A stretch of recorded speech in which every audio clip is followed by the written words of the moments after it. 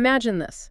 You've flown across the world, paid an absolute fortune for tickets, and you're finally standing outside a massive World Cup stadium. Oh, man. The absolute dream. Right. But then, the gate agent asks you a simple question, and your brain just completely freezes. Yeah, that horrible 2-second panic where, all your hard-earned vocabulary just totally evaporates. Welcome to this deep dive. Today, we're arming you with an English survival guide. Because, you already know the beautiful game, but we're breaking down the specific language you need to actually navigate the stadium. Yeah, to talk tactics with strangers and, survive the emotional wreckage of a penalty shootout. So before you even see the pitch, you have to get inside, right? You got to find your specific plastic chair in this churning sea of 80,000 chanting fans. It's super intimidating. Uh-huh. And it starts right at the gate. You hand over your ticket, and you're basically just waiting for 3 golden words, which are, you're all set. You're all set, meaning everything is cleared, go on in. Exactly. Yeah. But then you hit the concourse crowd. Right. And as a language learner, my instinct is to just mutter sorry on an endless loop simply for existing in someone's space. Oh, definitely.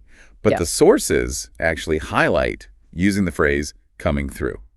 Honestly, though, doesn't that sound a bit, arrogant? Like I'm demanding they part the Red Sea for me? It can sound that way if you shout it, but with a polite tone, it's actually highly functional. Okay, so it's all in the delivery. Yeah, because saying sorry implies you've committed an offense, right?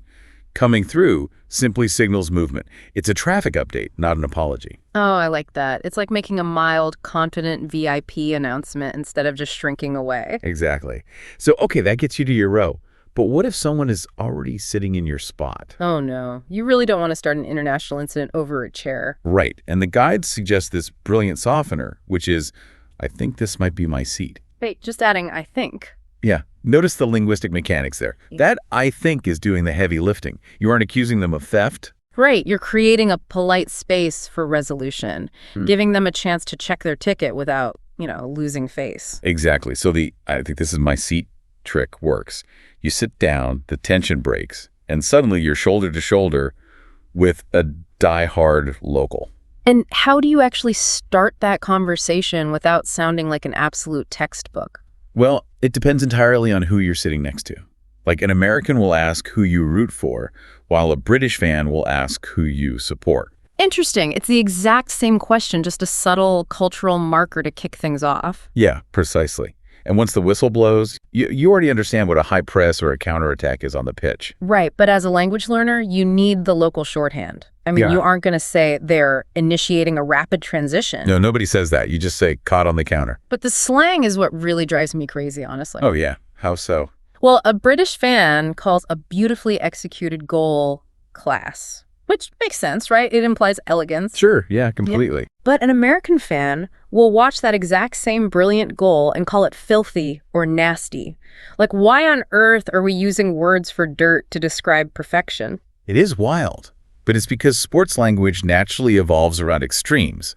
Like class highlights the perfection, sure. Right. But American sports slang often flips negative words to describe something so incredibly good, it's almost unfair to the opponent. It's so devastating, it's filthy. Man, that psychological flip is wild. And speaking of devastation, what about when VAR gets involved? Oh, the video referees. Yeah, when a call goes against you, fans don't formally declare disagreement. No, they yell robbery, which implies this active, literal injustice. Yeah, or my personal favorite, a British fan just sighing and saying, typical. Right, because robbery is an active accusation, but that quiet typical, that is decades of inherited heartbreak. Exactly. It's a verbal shrug that says, of course the universe is against us again. But all that casual banter just completely vanishes when the game goes to a penalty shootout. Oh, the tension in the stadium gets absolutely suffocating. Think about what's actually happening to your body during a shootout, though. How did such extreme physical reactions give birth to visceral words like gutted to describe losing? Well, because a shootout isn't just a mental loss, right? It's a physiological crash. Yeah, totally. Gutted is uniquely British, meaning you feel devastated, literally as if your insides have been scooped out. Wow. It perfectly matches that hollow, empty physical feeling of sudden elimination. Yeah, and notice how the vocabulary around penalties becomes incredibly physical and isolated, too. Like, A player doesn't just take a penalty. Or they step up. Right, implying this massive solitary burden. And if they score, they don't just make a goal, they bury it. Exactly. That phrasing implies putting the chance to rest permanently, like killing the opponent's hope. Or agonizingly, they hit the woodwork, the actual physical frame of the goal. And if they miss and your team's eliminated, you might hear that classic British understatement, wasn't our day. Just a polite coping mechanism to mask the absolute devastation. Pretty much. But eventually, the stadium has to empty. Yeah, and as you're parting ways with this stranger you've just shared this intense emotional roller coaster with, the perfect warm parting phrase is simply, safe travels. I love that one. It's incredibly kind.